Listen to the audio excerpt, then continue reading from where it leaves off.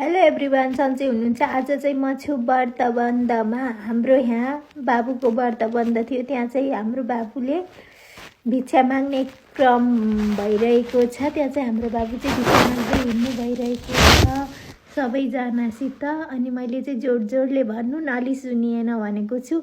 अनि सबैजनाले आफन्त इष्टमित्रहरू सबैजनाले चाहिँ भिक्षा दिइरहनु भएको छ हाम्रो बाबुलाई।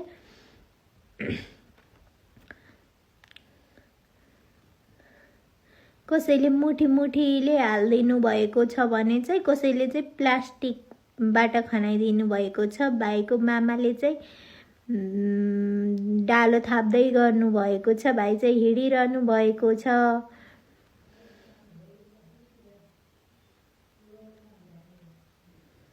मैले पनि दिएँ भाइलाई भिक्षा।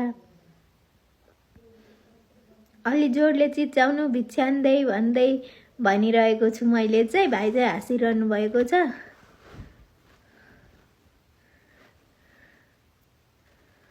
हाम्रो मम्मीले नि भिक्षा दिनुभयो। सबैजनाले भिक्षा दिइसक्नु भइसकेको छ।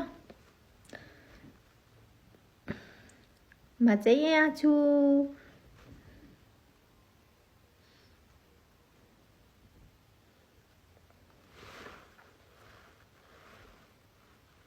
मैले चाहिँ सबैजनालाई भिडियोमा क्याप्चर गर्छु भनेको थिएँ। अनि सबैजना देखिनु भइरहेको छ। सबैजनाले मलाई नि देखाउनु भन्नुभएको थियो, किनकि यस्तो दिन बार बार आउँदैन, रमाइलो दिन।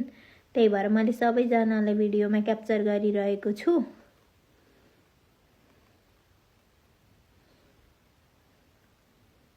भाइ चाहिँ अब भिक्षा माग्दै घरतिर आइसक्नु भएको छ। घरतिर सबैजनाले भिक्षा दिइरहनु भएको छ। मैले चाहिँ सबैजनालाई देखाउँछु। यो समय फेरि आउँदैन भनेर सबैजनालाई खिचिसकेको छु। त्यसपछि यहाँ लागबत्ती बाल्ने क्रम आएको छ। अनि यहाँ चाहिँ लागबत्ती बालिसक्नु भएको छ। अनि त्यहीँ सबैजनाले फुल अक्षताहरू चढाउनु पर्ने सबै सामग्रीहरू चढाइरहनु भएको छ। हामी चाहिँ यता छौँ। हामी चाहिँ यता बसेर हेरिरहेका छौँ।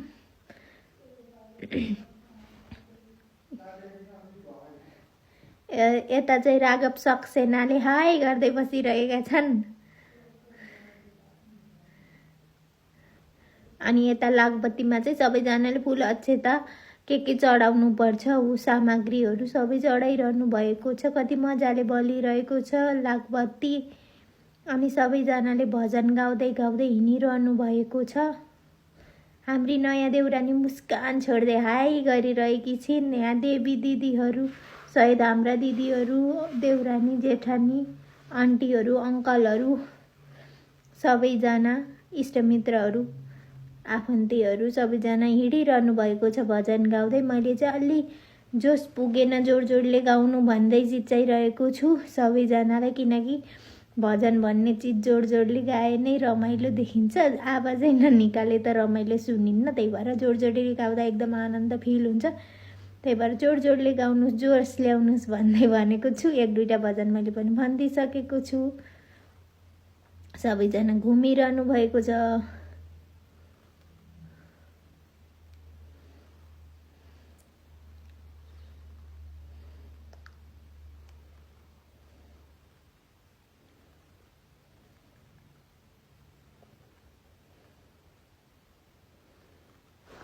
सबैजनाले अति नै रमाइलो साथ भजन गाइरहनु भएको छ। लागबत्तीमा फुल अक्षताहरू चढाइरहनु भएको छ।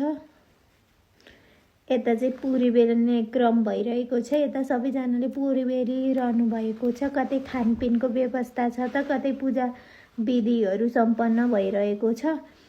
किनकि खान पनि पर्यो, आएका इष्टमित्रहरूलाई खुवाउन पनि पर्यो र पूजा पनि गर्न पर्यो। सबैतिर ध्यान दिनु पर्यो। अनि म चाहिँ यता पुरी बेल्न आइसकेको छु। अनि हामीले चाहिँ पुरी बेलेर सक्यौँ। त्यसपछि अघि बल्दै गरेको लागबत्तीको भिडियो बनाउन आएँ म चाहिँ। यहाँ चाहिँ दिदी नाचिरहनु भएको रहेछ। दिदी आन्टी नाचिरहनु भएको छ।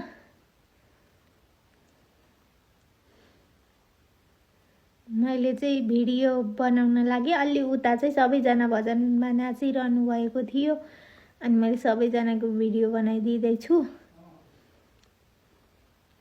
मसित सेल्फी स्टिक थिएन, त्यही भएर म पनि देखिएन।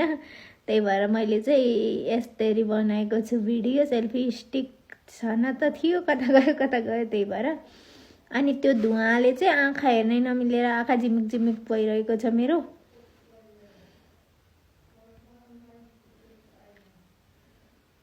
म चाहिँ सबैजनालाई देखाऊँ भने सबैजनालाई देखाइरहेको छु।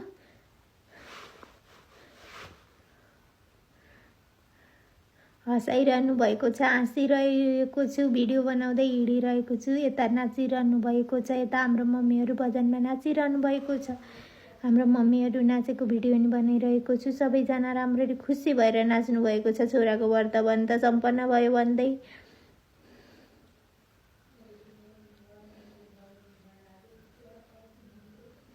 रमाइलो भएको छ। उता साइडमा चाहिँ भजन गाउने दाइहरू बुवाहरूले राम्रोसँग भजन गाइरहनु भएको छ। राम्रो भजन गाउनु भइरहेको छ, रमाइलो गर्नुभएको छ।